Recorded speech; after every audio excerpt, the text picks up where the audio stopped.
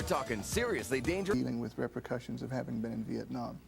So an opportunity arose for me to When you say having been in Vietnam, you mean you were over there as a soldier fighting? Yes, 68, 69.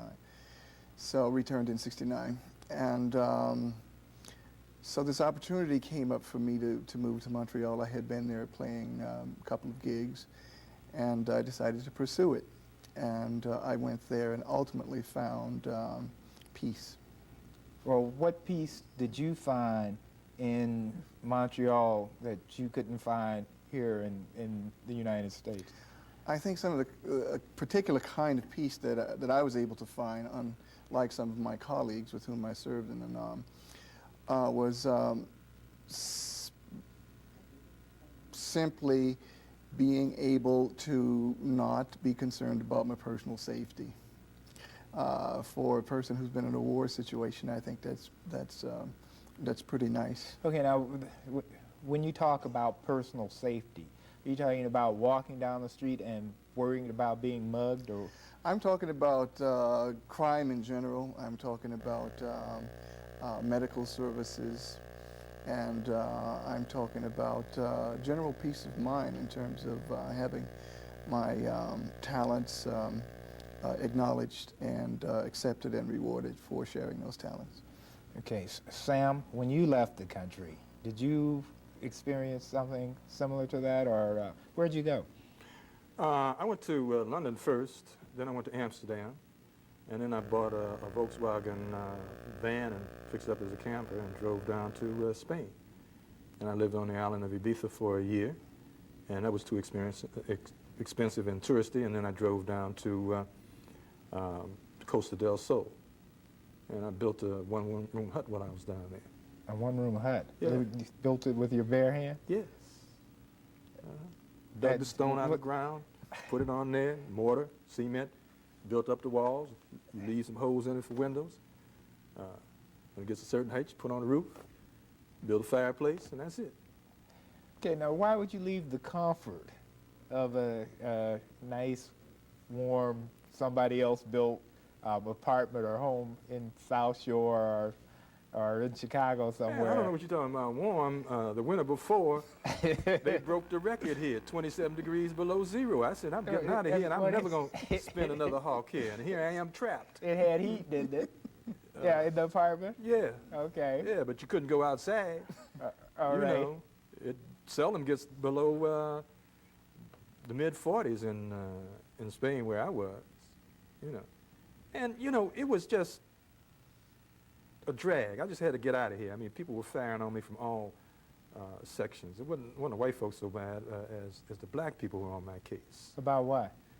About who and what I am and what I do. About the spook who sat by the door. You know, Reverend Jackson got jumped in on the bandwagon. How and why? He turned off $350,000 of completion money that a consortium was going to put up in Washington, D.C., and at least one other small investor as well. His attitude was that this was anathema because it was not in keeping with the nonviolent assimilationist concept that he was part of. Okay, well, he even invoked the name of Martin Luther King. Okay, let's do it this way. You wrote the novel based on an experience you had when you left the country previously. Yes. Correct? Right. You had served in the Foreign Service in the 50s. Mm-hmm. And the spook who sat by the door, give us a quick synopsis, very brief. Basically, it's about a Foreign Service agent who comes back. It's about the first black CIA agent. Right. Okay. He gets recruited with a bunch of young pre-buppies. He's clever enough to know that white folks don't like slick black people. So he pretends to be a country bumpkin, although he's a very hip brother from Chicago. And he survives, and the rest of them get rid of. And he Uncle Toms and takes low for 5 years to train himself as an urban guerrilla, and comes back to the United States and recruits one of the street gangs, and recruits street gangs all across the country, and forms a nationwide urban guerrilla uprising. And okay, so then no one would publish it. It gets published finally it sells well, it becomes a movie, and it's suppressed. Yeah. Not quite that easily. It was picked up by Bantam Books when it became a bestseller in London, and I produced the film with Ivan Dixon. Okay. We raised money independent of Hollywood. It wasn't a Hollywood film. It just got in the hands of Hollywood as a result of Jesse's activity. And once they got their hands on it, it was doomed. When Hollywood got their hands on it, it was due. Yeah, you know, they could take it off the market, do whatever they wanted with it. So Jesse was intrinsically involved in its suppression. Okay. Needless to say, I don't like him a whole lot. Yeah. When we come back, we're going to talk some more about living in another country and being black. And in the meantime, enjoy some of this music by Charles Ellison as we go into our break.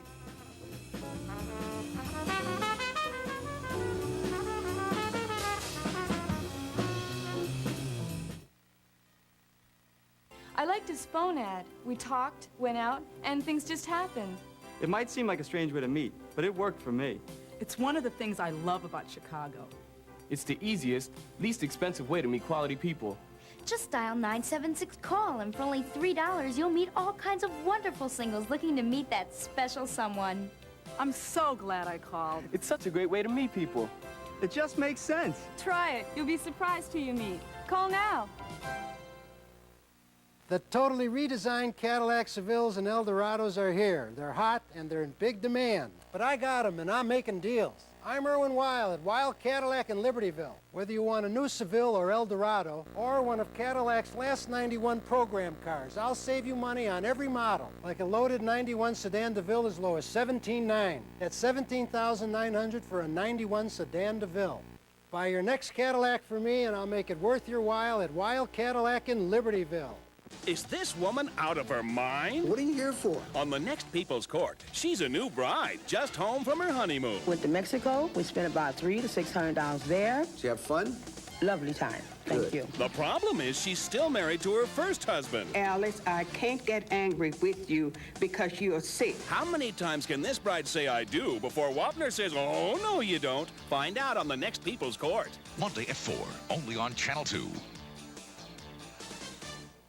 For 9 years, she played the wealthy Pam Ewing, but the days of Dallas are gone. Now Victoria Principal tells Entertainment Tonight how she's coming back to primetime TV and bringing an Oklahoma accent with her. I just speak this way all the time. I sound like a fool, but I'm having a great time. Then, although Dick York is gravely ill, he still offers hope and inspiration to those in need. I think the pure and simple thing is that people are good. Here is Inside Story on Entertainment Tonight. Monday night at 6:30, only on Channel 2.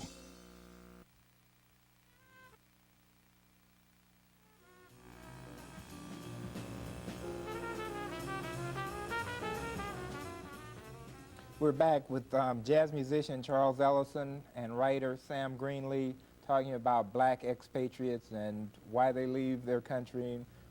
Why did you come back? Why did you come back, Sam? Because the only thing I miss when I'm out of the States are black people, you know. And so that's what I come back for, to be among the folks. Okay, Charles.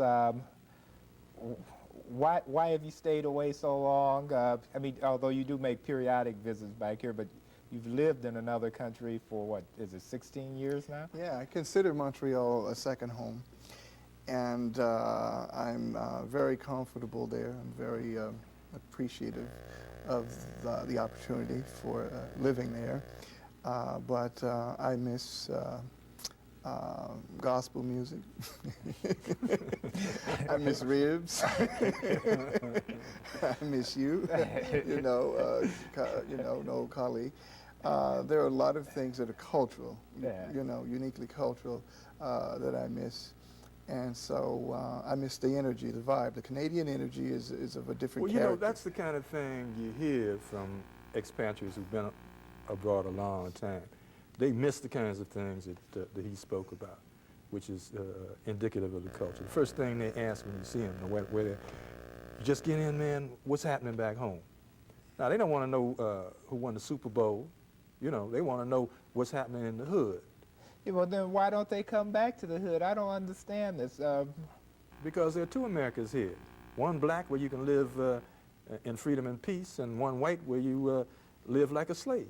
Do you feel as if you're treated any differently in Montreal than you would be in Chicago, Charles? In some ways, and probably more so during the earlier part of my tenure there. In recent years, because of a number of problems, of course, economic woes, which we all share in North America, because of, I think, in many ways, the influence of negative media imagery, to which Canadians are exposed. What do you mean by that? Kinds of television programming and kinds of popular culture. You mean the same black stereotypes that we're exposed to day in and day out in the media here are shown Yes, but up just there. the preoccupation with violence in general, beyond ethnicity concerns. Okay. Just that sort of thing impacts adversely on the community there. You know. Are Canadians becoming more violent as a result Precisely. Yes. of Precisely. American media? That's one component, I think, of it. That's perhaps one component of it. There are indigenous things that are uniquely indigenous to it that contribute. There's a higher percentage of visible minorities in Canada now than there was in 1975, and Canadians. I'm sorry. Okay, the other blacks that live there in Montreal, other black expatriates, why are they there? Why do they say they're there? Okay, first of all, I would say that a substantial percentage of my friends in Montreal are black expatriates and European-descended expatriates also. But the black expatriates there are there because they found and continue to find relative peace of mind. In many cases, there were romantic liaisons that factors prominently into their decisions to remain there. And most of them that I know are making solid contributions to the community and are being recognized for those contributions. So the concept of being recognized is a very important one. Really being recognized and appreciated. Sam, when you built your hut in Spain, was living there with your hands and what have you, why did you give that up to return? If it was warm? Well, I've got a trunk full of material that has to be gotten out. You can't do it from abroad. I was working through an agent. And, well, except you got Spook published from abroad, right? No, I had to come back to get that done. Oh, so I was under the impression that you got it published in London. Are you talking about published for here, for dissemination here in the United States? Well, the books that are presently on the market are reprints, Spook and Baghdad Blues. Okay. That grew out of a Wayne State University Press release, large format. That was published in 1990. And then the two books now that were flashed on the screen are being published by a black publishing house in New York. Okay. And my work is here. The people are here. I didn't consider myself an expatriate. I was an exile. What do you mean by that? I mean, I left to reduce the political pressure. I had the FBI on my case, the IRS. I went through all of the standard things that 60s revolutionaries went through. I had the phone taps. I had the visits by the FBI. I had. When the FBI would come visit you, what would they come say? That you are a dangerous person and we don't want you around anymore, or what? No, they came by because a former student of mine, I taught in Pontiac Maximum Security Prison. Okay. And a former student of mine allegedly had engaged in a series of bank robberies. Okay. And they had the records of the phone calls that he had been making to me. All right. So they wanted to find out if I was a mastermind of a series of bank robberies. Well, they had read your book. Yeah. So they figured you were acting out your novel. Well, I'd been tempted, but I didn't do it. Yeah, but okay, a question to you. Yes. You write a novel like that advocating a black revolution in America. Don't you think that it's reasonable for the U.S. government to get a little bit upset and want to keep tabs on you to some extent? I mean, didn't you think if I publish this book, some of my best friends are going to be FBI agents from here on out. You didn't think about that? Sure I did. Sure did. And like him, I thought about my personal safety. You know, I thought they could have iced me. You know, I was more afraid of the cops and the FBI than I was of the thugs in my neighborhood. Well, but why publish a book like that if you think that it could lead to your discomfort? Man, who cares about comfort? Do what you got to do. It was something I had to say and something I had to do, and none of the dues I've paid since then have meant anything. I've earned an enormous amount of respect from my community because of what I wrote, because of how I live, and that more than outweighs any kind of personal discomfort. I'm delighted that the FBI and the United States government was upset about what I wrote, and I'd like to do it again. They ought to be upset. This is an insidious country. They don't just mess with us, they mess with the world, man. I was in the Foreign Service. I saw some things that would curl your hair if I told you about it.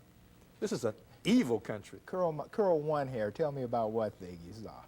Oh, okay. When I was in Indonesia, they attempted to assassinate President Sukarno with a MiG jet. You know, now that wasn't evil. That was stupid. Yeah, well, they tried to get who was it, Hussein that way too, didn't they? Yeah. Not too long ago. Right. They're not. You know, the real reason that the world is safe from America is because Americans are so stupid and clumsy in what they do. If they were slicker, you know, if they were like the British and the French and the Dutch in the 19th century, man, it would really be. You know, but the CIA, man, forget it. They don't know what they're doing. They spend most of their time chasing one another. You know, if this country were a little more slick, the rest of the world would be in serious problems. Okay. You know, but white Americans are really dumb. Okay. You agree with that, Charles? I hear where the good brother's coming from.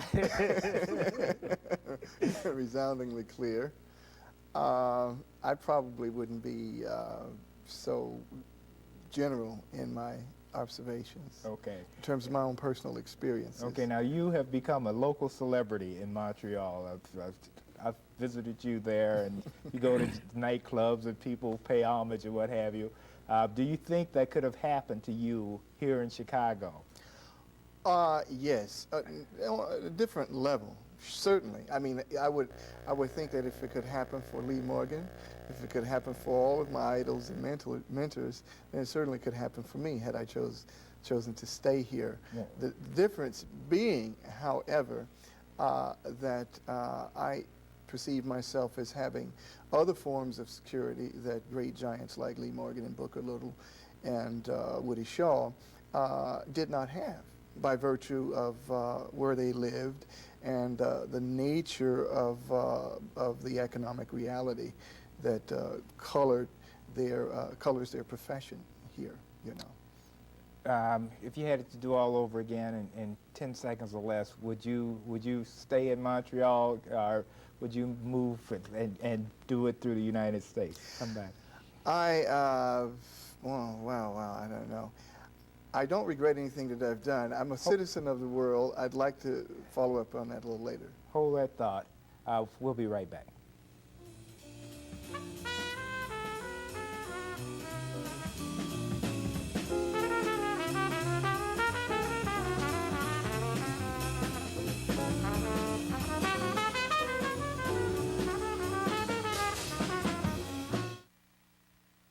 Not too long ago, I had you on Common Ground. We were doing a show about role models. Yes. And during that, you made a point. You